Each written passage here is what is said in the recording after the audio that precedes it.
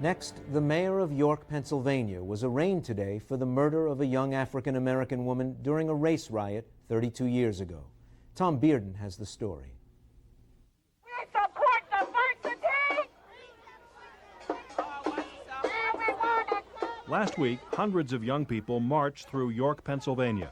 They were commemorating an event that many say has long been a festering wound in the collective psyche of this town of 40,000, which is 25% black. The children held a vigil on a railroad track that crosses Newberry Street, the place where a 27-year-old African-American mother of two named Lillie Belle Allen was gunned down by a neighborhood gang. Creator God, the remembrance of acts of bigotry, hatred, and prejudice have revived long dormant emotions and fears. Many who have been harmed by violence, insult, injury, and extreme loss are reliving these hard days. The marchers continued to a bridge a few blocks away and again bowed their heads, this time marking the spot where a 22-year-old white rookie cop and father named Henry Shadd was shot and killed by a sniper. And what we want to do now is to ask God's blessing that York will continue to progress into a community of tranquility, that we will get past the next several months with peace. Both killings took place in 1969 during a week-long race riot that blacks and whites blamed each other for starting. No one was ever charged with the murders. As the years passed, the event faded from public consciousness. But in 1999, both local newspapers did 30-year anniversary retrospective articles on the events of those times. One story began with Mayor Charlie Robertson's recollections. Robertson had been a police officer. He said he was one of the first officers on the scene at the Allen murder. An assistant district attorney named Tom Kelly was fascinated by the coverage. I was surprised at learning what was going on in this town 30-some years ago and just kind of the circumstances. He had always heard about perhaps the riots in Watts or other places during that period of time, but I had never heard anything about York. I had asked my boss if we could look at the case, and while we were reviewing the case files at that time, additional information came to light, and that resulted in additional information, and ultimately we felt that we had potentially broken the case. While Kelly was investigating, Mayor Robertson was celebrating. In May, he won the mayoral Democratic primary and was looking forward to another term in office. 2 days later, he was informed he was being charged for the murder of Lillie Belle Allen. And I'm being advised by the district attorney's office that as your mayor, I will be handcuffed. Necessary to be handcuffed. Murder is the charge.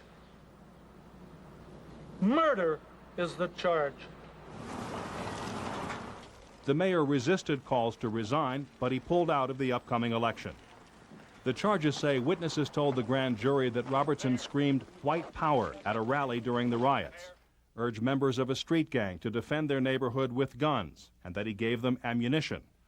The grand jury also indicted 8 co-defendants. At some point, it'd be interesting to see what they have to say about then and now.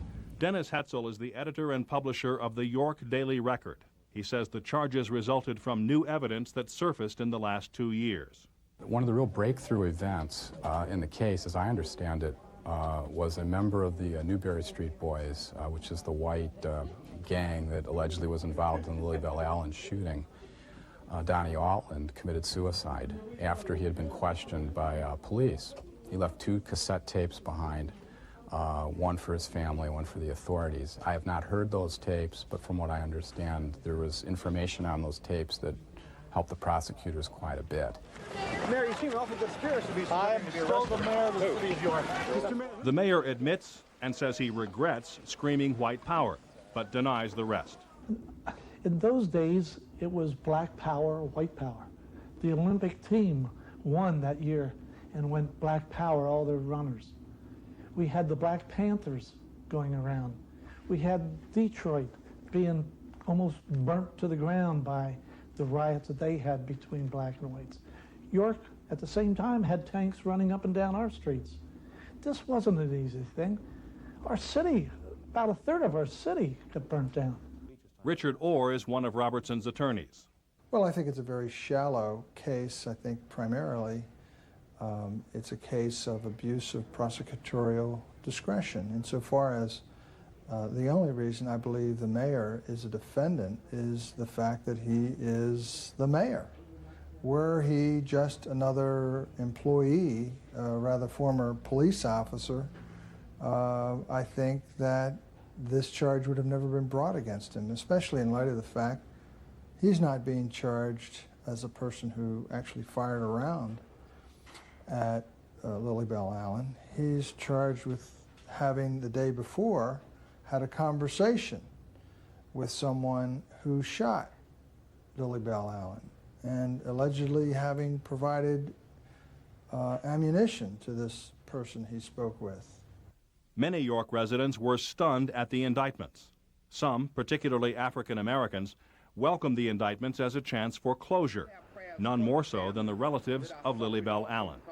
I'm thankful that we're going to have a trial, that everything will come out finally. For 32 years, we waited for this moment. William Smallwood is a York City councilman who grew up in the city. There's an old saying, you know, what happens in the dark will come to light. And that is what's happened. It's had so many things that happened in the past and is now coming to light. And many people are trying to cover it up. And you can't cover things up. That's what happened in 1969. They tried to cover up the issue of our police department, our city administration. Jeffrey Kirkland is president of the York School Board. I think the mayor is doing a disservice to the community right now by, one, not taking responsibility for his actions 30 years ago. It was a long time, but I still think you need to be responsible for your actions. I think he's drawing undue attention to the community at this time, and that he would do much better for himself and for our community if he would step down and take care of his business on a private basis. Pepperoni, plain, or vegetarian, sir? But some York residents, like Richard Beyer, think it would have been better to leave the whole thing buried and forgotten. I feel that the man should have been left alone because somebody's bringing up some dirt that shouldn't be. And I feel that we, the people, should not have to pay that court cost to try these people. You haven't seen much to convince you that there is something wrong here? No, I have not.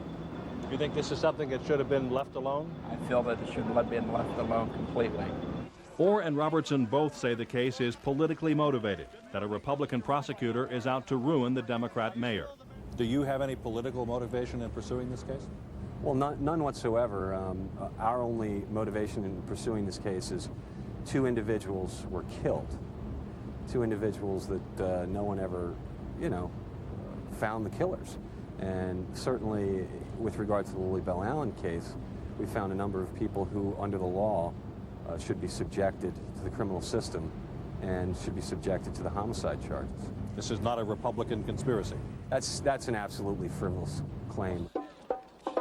Many civic and business leaders feared that racial tensions might be inflamed by the case. They formed a coalition to promote diversity, hoping to keep the lid on anger. Here they come. Kathy Ash is the executive director of the city's Human Relations Commission and one of the organizers of last week's march. They get a T-shirt when they come today. They go home. It starts a conversation. And it's those kinds of things that we're working on many different levels. We had a poster campaign. Between the posters, the billboards, there are 8 billboards in the community that have the same motive and the same motto on them. This is not a racist, violent community. We're not on the verge of another riot, which apparently many people thought or were misled to believe.